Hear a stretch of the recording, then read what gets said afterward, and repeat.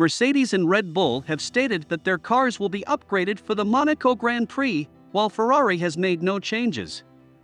The Silver Arrow's front wing endplate and front corner have been modified, according to a document given by the FIA ahead of Friday's car presentation event in the pit lane.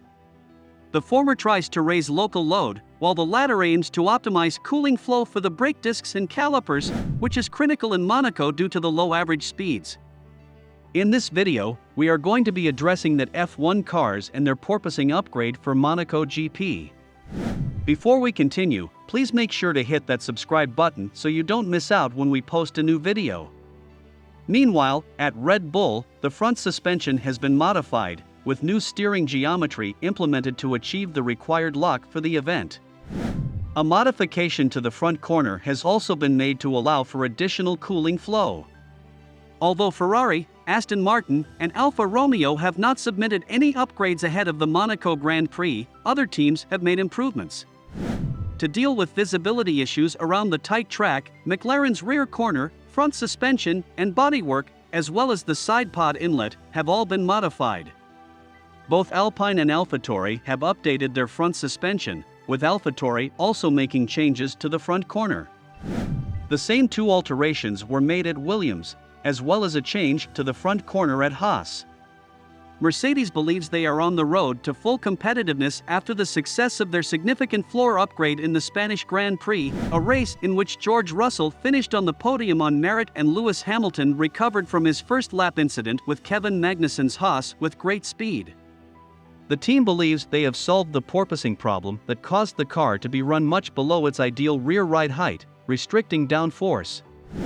Prior to traveling to Spain, the car had a big overhaul to the floor for their 100-kilometer filming day at Paul Ricard.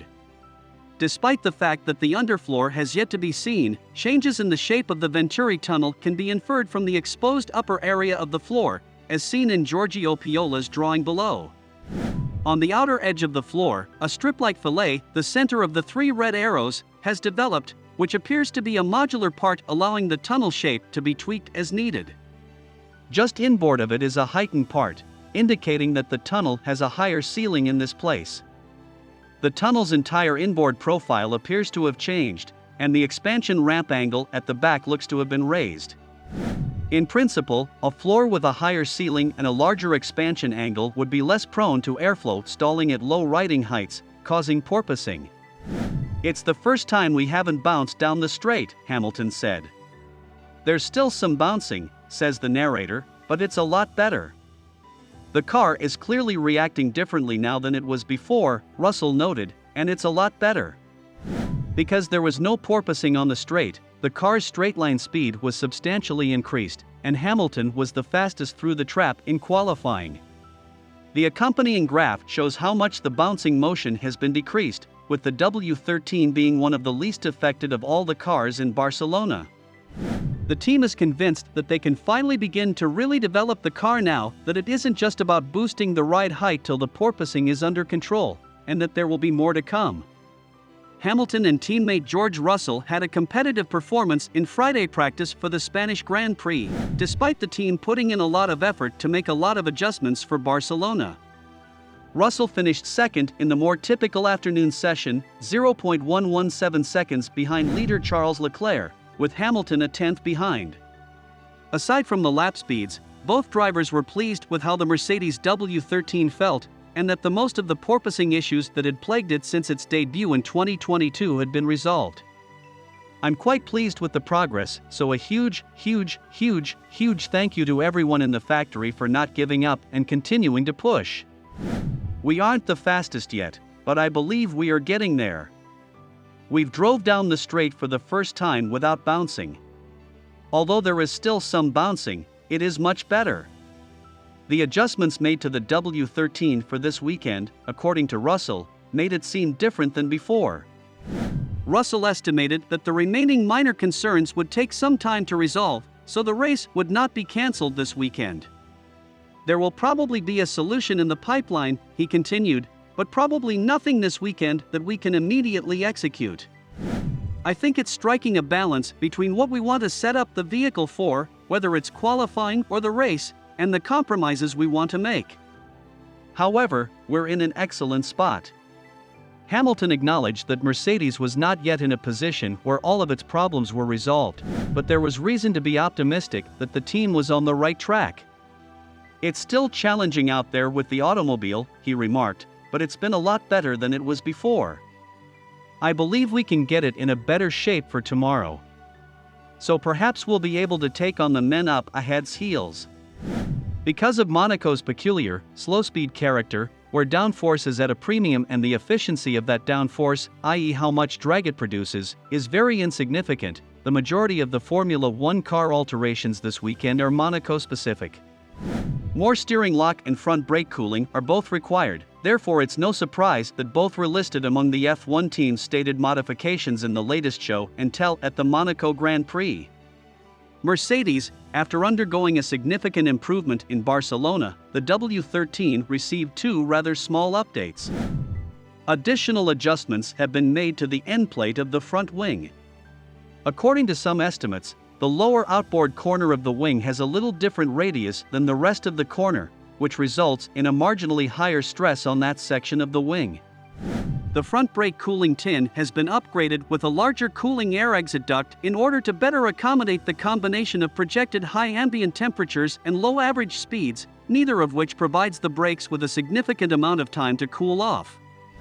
Red Bull, the steering geometry has been adjusted in order to provide a suitable amount of lock for the Lowe's hairpin, which is considered to be the season's most challenging turn.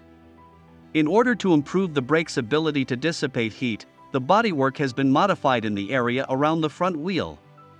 In order to better cool the front brakes, McLaren, like Mercedes and Red Bull, has doubled their capacity. Because of the hairpin, the steering geometry has to be adjusted in order to accommodate for it. In order to increase visibility, the aero strakes that were previously present on the mirror supports that were located on the side pod inlets have been decreased.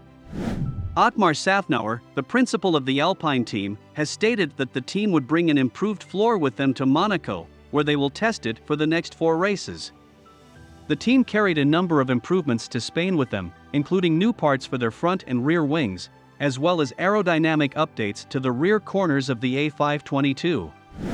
Szafnauer has confirmed that the floor is a special area of concentration for Alpine as they head into the next stage of the season.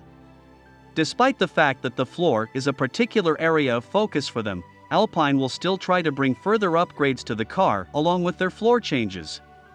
The majority of teams have made changes to their cars since the start of the season, with Haas appearing to be an outlier in choosing to wait longer before making significant alterations.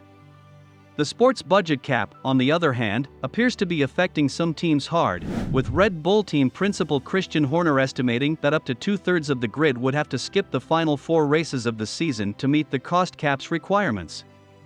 It may be less expensive to combine all of the learning into a single improvement rather than taking piecemeal upgrades to each race. As soon as we come across something new, we design it and put it on the track. Our technique does not consist of gathering information and then designing. Alpine is presently 6th in the constructor standings, with Fernando Alonso on only 4 points after a string of bad luck in the first 6 races, and Esteban Ocon on 30. The Alpine duo had an exciting combat against each other in Jeddah at the start of the year, but Szafnauer claimed the closeness of that battle has prompted the team to dissuade them from racing wheel-to-wheel again if it gives cars ahead or behind an edge. What do you think?